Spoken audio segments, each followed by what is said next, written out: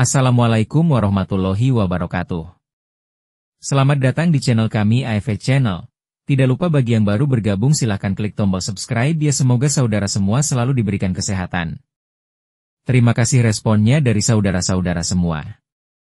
Video kali ini kami akan menjelaskan apa yang akan ditanyakan oleh kedua orang ini. Penasaran? Silahkan tonton saja. Halo, ketemu lagi nih, gimana kabarnya, baik kan? Kok kayak orang bingung, ada apa? Cerita sini. Ya, kabar baik. Ya nih, saya lagi bingung dan penasaran, kok bisa ya baterai di kendaraan tidak habis listriknya padahal kan digunakan saat berjalan. Kamu tahu alasannya? Kasih tahu dong. Siap, gampang kalau itu. Baterai kendaraan itu tidak cepat habis karena ada sistem pengisiannya. Biar kamu lebih paham, simak penjelasan ini baik-baik ya. Fungsi sistem pengisian pada sepeda motor, mobil atau kendaraan lainnya yang menggunakan sistem pembakaran dalam 4 tak maupun 2 tak adalah untuk menjamin baterai agar selalu penuh meskipun arus listrik digunakan ketika kendaraan dikendarai dan baterai dapat digunakan kembali untuk menstart mesin ketika diperlukan. Untuk mengisi baterai kendaraan dibutuhkan penyiarah karena yang dibangkitkan oleh generator adalah arus bolak-balik. Penyiarahan dilakukan dengan penyiarahan setengah gelombang. Nah, pada sepeda motor yang menggunakan dua sumber daya listrik yaitu AC untuk penerangan dan DC untuk keperluan lainnya, maka generatornya dikonstruksi dengan dua kumparan, yaitu kumparan sistem penerangan dan kumparan sistem pengisian. Sistem pengisian pada dasarnya terdiri dari komponen-komponen yaitu alternator yang berfungsi menghasilkan arus AC dengan menggunakan atau memanfaatkan putaran mesin. Kedua ialah regulator rectifier yang berfungsi mengatur tegangan yang keluar dari generator sehingga tegangan akan tetap pada tegangan yang disyaratkan. Sedangkan rectifier berfungsi merubah arus AC menjadi DC. Ketiga yaitu baterai, berfungsi menyimpan arus DC yang sudah diregulasi. Alternator dan prinsip kerjanya. Pembangkitan daya listrik pada sepeda motor adalah pembangkit listrik AC 1 fasa dan 3 fasa atau disebut alternator. Komponen-komponen dari alternator terdiri dari roda gaya magnet dengan 2 pasang pul medan magnet atau 6 pasang pul medan magnet. Roda gaya tersebut biasanya dirakit pada ujung poros engkol sehingga putaran roda gaya sama dengan putaran mesin. Bagian ini disebut sebagai rotor atau bagian yang berputar. Pada sisi yang lain dari alternator adalah kumparan pembangkit yang terikat mati pada rumah alternator. Pada bagian tersebut terdapat inti besi lunak berjumlah 2 batang atau 12 bagian yang dililit kumparan. Ada yang ujung kumparannya berjumlah 2, ada juga 3. Masing-masing ujung disebut massa lampu dan kumparan pengisian. Pada umumnya sepeda motor yang tergolong berkapasitas kecil sampai dengan 250 cc menggunakan alternator dengan jenis konstruksi banyak pul medan magnet dan pul pembangkit. Diharapkan arus pengisian menjadi lebih rata. Kebutuhan listrik pada sepeda motor jenis ini tidak begitu besar sehingga cukup dengan menggunakan magnet permanen dan konstruksinya menjadi kompak menyatu di dalam mesin. Berbeda dengan kebutuhan arus pada sepeda motor besar yang memerlukan daya untuk sistem kelistrikan besar dan menggunakan baterai yang besar juga. Guna memenuhi kebutuhan arus tersebut diaplikasikan generator bentuk lain yang merupakan bagian di luar mesin. Hal ini dimungkinkan karena generator ini menggunakan magnet listrik permanen yang dapat diatur kekuatan magnetnya sehingga dapat membangkitkan arus yang cukup untuk keperluan sistem kelistrikan. Sepeda motor besar atau lazim disebut moge mulai dengan sepeda motor berkapasitas 750 cc dengan 4 silinder, kebanyakan alternator sistem pengisian dikonstruksi seperti yang digunakan pada mobil. Konstruksi ini memungkinkan dilakukan perbaikan pada komponennya tanpa harus melepas bagian-bagian mesin, tetapi cukup unit alternator dilepas dari mesin. Pertimbangan tersebut diambil agar konstruksi mesin lebih kompak dan alternator memiliki daya lebih besar untuk dapat memenuhi kebutuhan arus lebih besar. Tugas alternator motor besar dan perbedaannya dengan alternator sepeda motor. Tugas alternator saat mesin hidup sebagai sumber energi untuk seluruh kebutuhan energi listrik pada sepeda motor. Pengisi baterai agar selalu siap pakai. Alternator pertama kali dibuat pada tahun 1967 karena dapat diproduksi dioda penyiarah berdaya besar. Perbedaannya adalah seperti ini. Prinsip pembangkit tegangan. Prinsip pembangkitan tegangan pada seutas kawat yang terbuat dari bahan tembaga berisolasi dan di sekitarnya diberikan medan magnet yang selalu berubah polaritas, kutub utara dan selatan, Maka pada kedua ujung kawat tersebut akan membangkitkan tegangan yang selalu berubah polaritasnya, plus dan minus bergantian pada kedua ujungnya. Pada saat medan magnet tidak memotong kawat maka pada saat itu tidak terjadi pembangkitan tegangan. Ketika posisi medan magnet memotong penuh pada kumparan terjadi pembangkitan maksimum positif pada salah satu ujung kawat. Pada posisi 180 derajat tidak terjadi pemotongan kumparan oleh medan magnet dan tidak terjadi pembangkitan tegangan. Pada posisi 270 derajat terjadi tegangan maksimum negatif pada ujung yang lain dari kawat tersebut.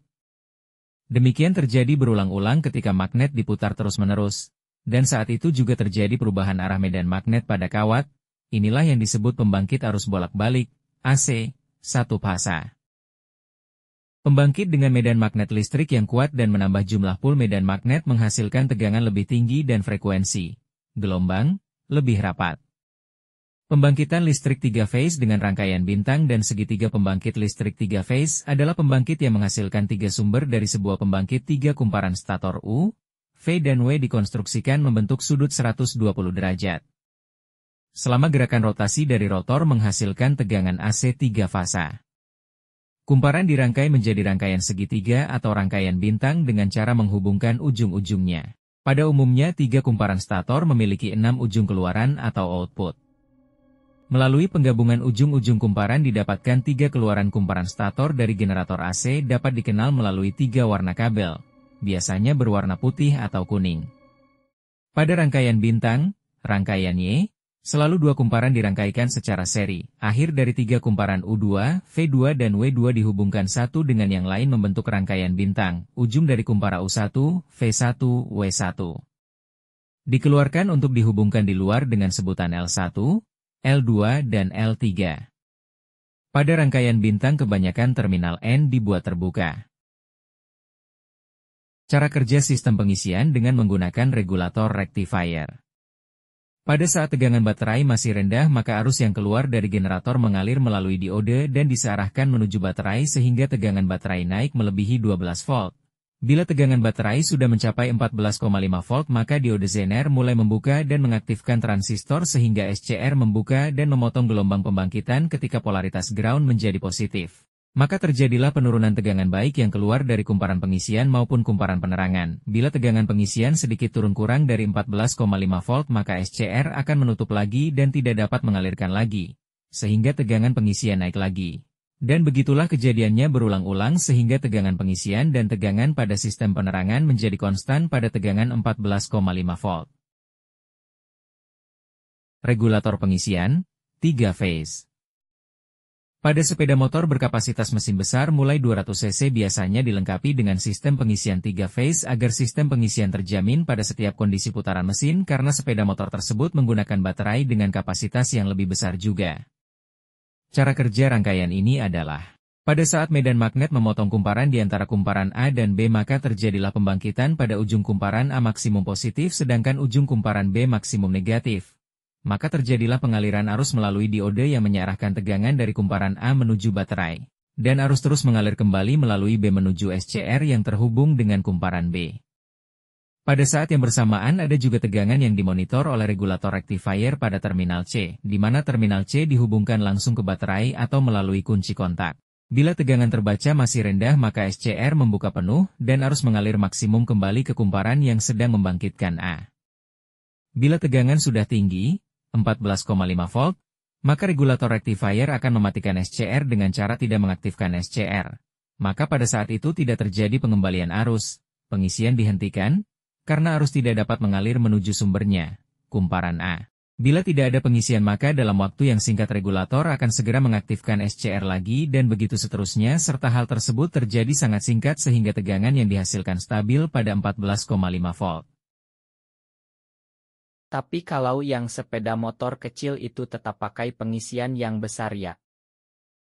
Tidak, tetapi hanya menggunakan kumparan tunggal. Maksudnya begini biar dijelaskan lagi perhatikan ya. Sepeda motor yang mengaplikasi generator tunggal mempunyai ciri khusus yaitu kabel yang keluar dari generator hanya ada 2 kabel. Kabel tersebut salah satunya dihubungkan langsung ke regulator untuk mengisi baterai dan dihubungkan paralel menuju sistem penerangan. Prinsip kerja regulator rectifier short circuit. Sumber tegangan untuk sistem pengisian dan lampu penerangan hanya dari satu kumparan saja. Bila tegangan yang dihasilkan oleh generator masih rendah, maka arus hanya akan mengalir melalui diode untuk mengisi baterai. Sedangkan SCR belum aktif, membuka.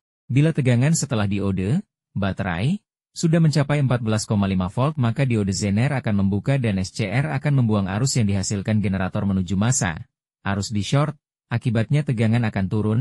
Bila tegangan turun maka diode Zener akan off, begitu juga dengan SCR akan off maka arus akan mengalir kembali menuju diode dan ke baterai. Demikian seterusnya sehingga tegangan yang keluar ke baterai dan menuju lampu dapat diatur hanya sampai dengan 14,5 volt. Oh, jadi begitu, lumayan paham sekarang. Terima kasih ya sudah dijelaskan. Kalau yang setelah ini tentang apa lagi ya? Sama-sama, penasaran ya? Tunggu saja, pasti juga menarik. Demikian video kali ini. Terima kasih yang sudah menonton video ini, semoga bermanfaat. Jangan lupa bagikan ke yang lain karena semakin banyak yang tahu banyak ilmu semakin seru. Wassalamualaikum warahmatullahi wabarakatuh.